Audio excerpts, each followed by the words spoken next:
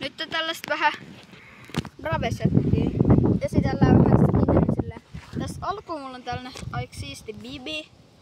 Näin. Rämäpäihin mulla on tällainen 64/82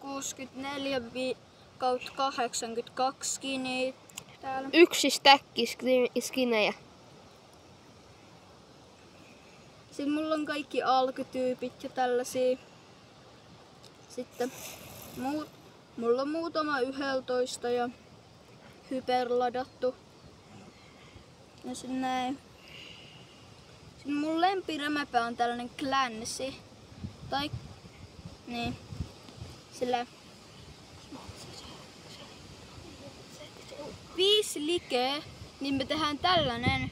Mut sitten mä vedän laittakaa myös kommenttiin, millä rämäpäällä mä voisin vetää sen matsin. Elikkä 5 likeä. Tulee pari matsia.